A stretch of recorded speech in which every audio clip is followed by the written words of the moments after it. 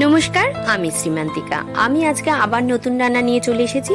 আজকে রান্না করে দেখাবো রুই মাছের মাথা দিয়ে পুঁই শাকের চচ্চড়ি। এই রান্নাটা সবাই মোটামুটি আপনারা জানেন, তবু আমি একটু অন্যরকম ভাবে দেখাবো। ভীষণ টেস্টি টেস্টি ইয়ামি ইয়ামি খেতে হয়। তো কি কি উপকরণ নিয়েছি চলুন একটু দেখে নিই। আমি এখানে নিয়েছি 500 পুঁই শাক, আগে থেকে ভালো করে কেটে ধুয়ে নিয়েছি। আর সঙ্গে নিয়েছি 250 কুমড়ো কেটে নিয়েছি, 250 আলুকে কেটে নিয়েছি, আর সঙ্গে 4টে পেঁয়াজকে কুচো করে নিয়েছি, 2টো টমেটো কুচো করে নিয়ে, আর নিয়ে নিয়েছি 3টে রুই মাছের মাথা। আর্ধেক আর্ধেক করে কেটে ভালো করে ধুয়ে নুন হলুদ মাখিয়ে রেখে দিয়েছি। আর সঙ্গে কি কি মশলা নিয়েছি সেটা একটু চোখ বুলিয়ে নিই। এখানে নিয়ে নিয়েছি আমি গুঁড়ো হলুদ, নুন, চিনি, মরিচ গুঁড়ো, জিরে গুঁড়ো, ধনে গুঁড়ো, আদা পেস্ট, রসুন পেস্ট, গুঁড়ো গরম মশলা, আর নিয়ে নিয়েছি কাঁচা লঙ্কা পেস্ট। এই নিয়ে আজকে আমাদের রান্না পুঁই শাকের চচ্চড়ি।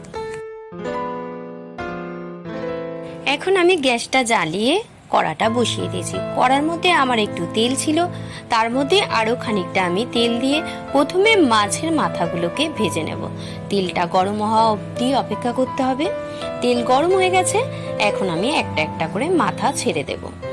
ভীষণ ফাটে, এই ভয়ে মাথাগুলোকে এইভাবে ছাড়তে হচ্ছে।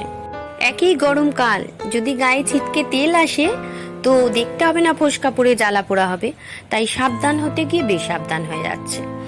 এক পিঠ করে ভাজা হয়ে গেছে, আর এক পিঠ উল্টে দিয়েছি। এইভাবে মাথাগুলো ভেজে নেব। ভেজে নেওয়া মাথাগুলো একটা পাত্রের মধ্যে তুলে নিয়েছি। কড়াই যে তেলটা রয়ে গেছে, মাথা ভেজে নেওয়ার পরে সেই তেলটার মধ্যে দিয়ে দিলাম শুকনো লঙ্কা আর 5 ফোড়ন। একটু ভাজা ভাজা করে নেব 5 ফোড়ন আর শুকনো লঙ্কাটাকে।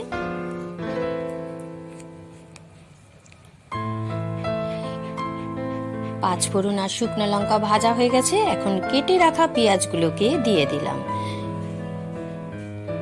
পেঁয়াজগুলোকে একটু লাল লাল করে ভেজে নেব। তার আগে দিয়ে দেব পরিমাণ মতো নুন আর স্বাদ মতন চিনি।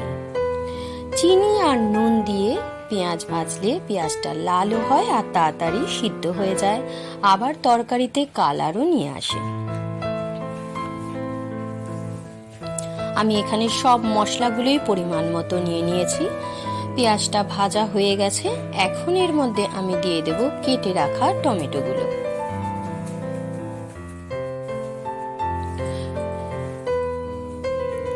টমেটোগুলো দেওয়ার পরেও একটু ভালো করে নাড়াচাড়া দিয়ে ভেজে নেব পেঁয়াজ আর টমেটো, যাতে টমেটোর কাঁচা গন্ধটা না থাকে।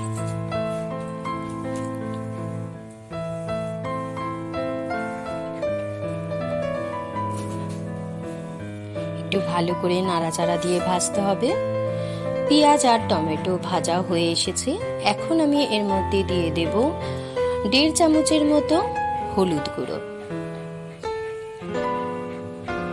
2 চামচের মতো ধনে গুঁড়ো, 2 চামচের মতো জিরে গুঁড়ো,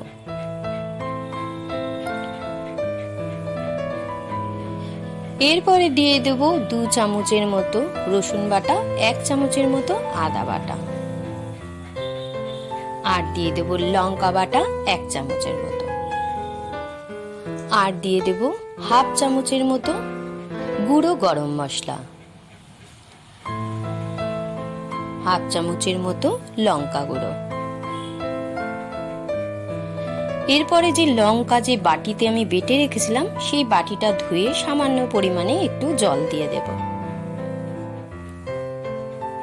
জল দেওয়ার পরে মশলাটাকে ভালো করে 2 থেকে 3 মিনিট ধরে নাড়াচাড়া দেব। বাকি নুন আর চিনিটা দিয়ে দিলাম, এগুলো আমি স্বাদ মতোই রেখেছিলাম। এবার ভালো করে নাড়াচাড়া দিয়ে মশলাটাকে কষিয়ে নেব।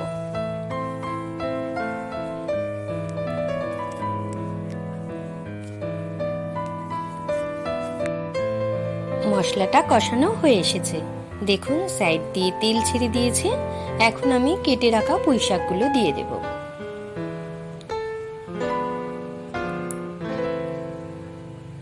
আজকে আমায় ক্যামেরা ধরে হেল্প করেছে আমার ছেলে। এরপরে দিয়ে দেব কেটে রাখা আলু।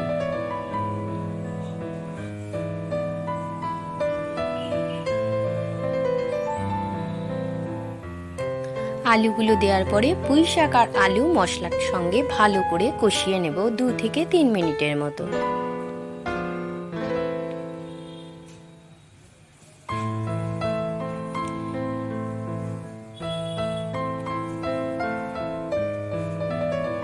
একটু ভালো করে নাড়াচাড়া দিয়ে কষাতে হবে। আগে থেকে কুমড়োটা দেয়া যাবে না, কারণ কুমড়ো অল্পতেই সিদ্ধ হয়ে যায়, গলে যাবে। তাই একটু পুঁই শাক আর আলু কষানোর পরে কুমড়োটাকে অ্যাড করব। আর আমি এই পুঁই শাক রান্নায় কোনো জল ব্যবহার করব না, ভাপেতেই পুঁই শাকটা রান্না করব। এখন দেখুন আস্তে আস্তে পুঁই শাকটা কমে যাচ্ছে। প্রথমে অনেকটা ছিল, কষাতে কষাতে পুঁই শাকটা আস্তে আস্তে জল বেরিয়ে কমে যাচ্ছে।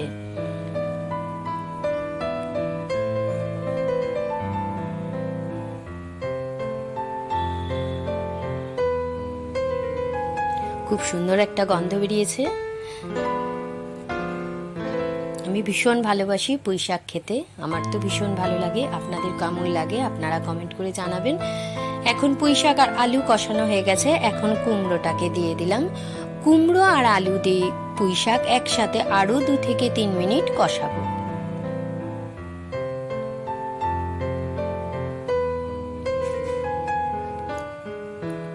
পুঁই শাক, আলু আর কুমড়ো কষানো হয়ে এসেছে, দেখেই বোঝা যাচ্ছে। আর একটু গন্ধতে তো বোঝাই যায় তরকারি কষানো কতটা হয়েছে। তো আমি একটা স্টিলের ঢাকনা দিয়ে ঢাকা দিয়ে দিলাম যতক্ষণ না সিদ্ধ হয়। খানিকক্ষণ বাদে ফিরে আসলাম। এখন খুলে দেখব যে পুঁই শাকটা কত দূর হয়েছে। দেখুন জল বেরিয়ে গেছে ভালো মতো। এখন একটু ভালো করে নাড়াচাড়া দিয়ে দেখে নেব যে আলুটা কুমড়োটা কতটা সিদ্ধ হয়েছে। ভালো করে নাড়াচাড়া দিয়ে দেখে নেব যে আলুটা সিদ্ধ হয়েছে কিনা। হ্যাঁ, আলুটা সিদ্ধ হয়ে গেছে। আমি একটু ভালো করে নাড়াচাড়া দিয়ে আবার 5 মিনিটের জন্য ঢাকা দিয়ে দেবো। 5 মিনিট বাদে ফিরে আসছি। 5 মিনিট বাদে ফিরে আসলাম। এখন ঢাকনাটা খুলে দেখে নেব। ঝাপসা হয়ে গেল ক্যামেরাটা ধোঁয়ায়। দেখুন অনেকটাই জল বেরিয়ে গেছে পুঁই শাক থেকে। এখন ভালো করে নাড়াচাড়া দিয়ে ভেজে রাখা রুই মাছের মাথাগুলো দিয়ে দেব। বেশিরভাগ মানুষই রান্না করে কাতলা মাছের মাথা দিয়ে, তো আমি আজকে বানিয়ে দেখাচ্ছি রুই মাছের মাথা দিয়ে।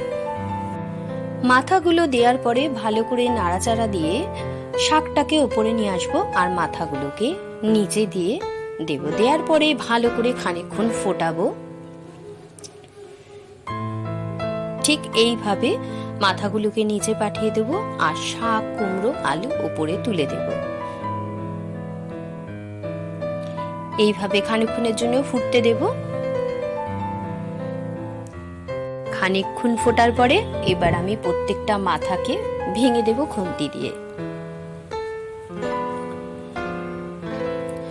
খুব সুন্দর একটা গন্ধ বেরিয়েছে। যখন আপনারা এই পুঁই শাকটা এইভাবে রান্না করবেন, ঠিক এইরকমই একটা গন্ধ উপভোগ করবেন। সব মাথাগুলো ভাঙা হয়ে গেছে। এখন ভালো করে নাড়াচাড়া দিয়ে পুঁই শাকের জলটা শুকনো হওয়া অবধি আমাদের অপেক্ষা। পুঁই শাকের জলটা শুকিয়ে এসেছে।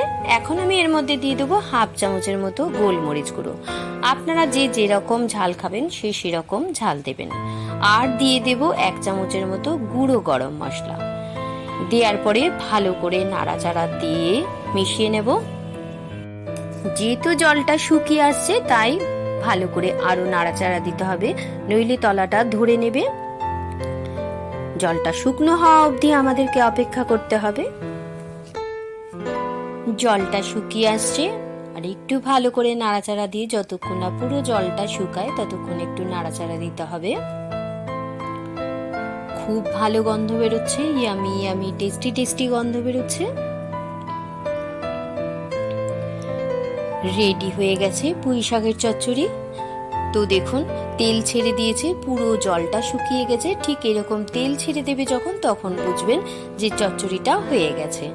রেডি হয়ে গেছে পুঁই শাকের চচ্চড়ি। আমি এখন একটা পাত্রের মধ্যে নামিয়ে নিচ্ছি। দেখুন কি সুন্দর দেখতে হয়েছে, কি সুন্দর কালার হয়েছে। তো আপনারা এইভাবে বাড়িতে বানিয়ে খেয়ে দেখবেন, আর কেমন লাগে আমাকে কমেন্ট করে, লাইক করে, শেয়ার করে জানাবেন। তো আজ আসি, আবার আসবো নতুন রান্না নিয়ে। ততক্ষণ আপনারা সাবধানে থাকবেন, ভালো থাকবেন, সুস্থ থাকবেন।